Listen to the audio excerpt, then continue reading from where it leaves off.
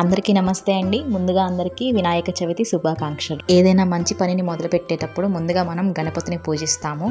ఎలాంటి విఘ్నాలు కలగకుండా మనం ప్రారంభించే పనులన్నీ సజావుగా సాగాలి అని. అలాగే ఈ ఛానల్లో ఫస్ట్ లాంగ్ వీడియో పోస్ట్ చేస్తున్నాను. అందుకే శుభప్రదంగా ఉండాలని చెప్పి ముందుగా గణపతి పూజతోనే మొదలు పెడుతున్నాను. ఈరోజు వినాయక చవితి సందర్భంగా నేనే స్వయంగా గణపతి ప్రతిమని తయారు చేసి పూజిద్దాం అనుకున్నాను. కాకపోతే నాకు పొద్దున పూట వీలు కుదరలేదు.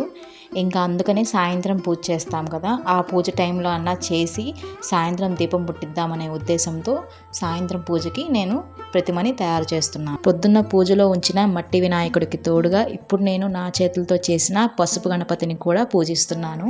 ఇంకా నేను ప్రతిమని ఎలా చేశాను అనేది కూడా మీరు ఆల్రెడీ చూస్తున్నారు. ముందుగా ఇక్కడ నేను కప్పున్నర గోధుమ పిండిని తీసుకొని దాంట్లో 1 టేబుల్ స్పూన్ నిండుగా పసుపును కలుపుకున్నాను.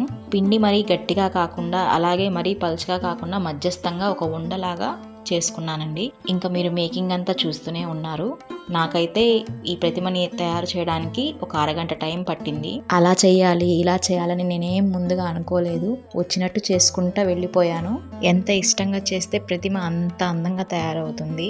ఇక్కడ నాకు అదే జరిగింది. డీటెయిలింగ్ కూడా సాధ్యమైనంత వరకు ఇచ్చాను నేను. ఇక్కడ ఒక ఫన్నీ విషయం షేర్ చేయాలి. వినాయకుడికి నేను చెవులు పెట్టడం మర్చిపోయాను. ముందు అంతా రెడీ చేసేసాను, తలపాగా పెట్టేశాను, కళ్ళు పెట్టేసాను, డిజైనింగ్ కూడా బాగా వేశాను. ఏదో మిస్ అయింది. ఏం మిస్ అయిందో అర్థం కావట్లేదు. ఇంక్లూడింగ్ మా వారికి చూపించినా కూడా బాగుంది అన్నారు, కానీ చెవులు పెట్టడం మర్చిపోయామని చెప్పలేదు. తర్వాత ఆలోచిస్తే చెవులు పెట్టడం మర్చిపోయాను అని చెప్పి గుర్తొచ్చింది. అమ్మో వినాయక క్షమించని చెప్పి వెంటనే చెవులు కూడా పెట్టేశాను అనమాట. ఇక్కడ కళ్ళ కోసం నేను ధనియాలు యూజ్ చేశాను. అందరూ మిరియాలు వాడతారు, బట్ ఎందుకో ధనియాలు పెడదాం అనిపించింది. అలాగే పంచకి చిన్న డిజైన్, ఉండ్రాలు, చిన్న జంధ్యం, అలాగే దంతాలు. మా బుజ్జి బొజ్జ గణపయ్య రెడీ అయిపోయాడు. చేస్తున్నంతసేపు కూడా ఒక ప్లెజెంట్ ఫీలింగ్, మాటల్లో చెప్పలేం అది. ఇంతకీ మీకు ఎలా అనిపించాడు మా బొజ్జ గణపయ్య? కామెంట్ చేయండి. మళ్ళీ కలుద్దాం. బాయ్.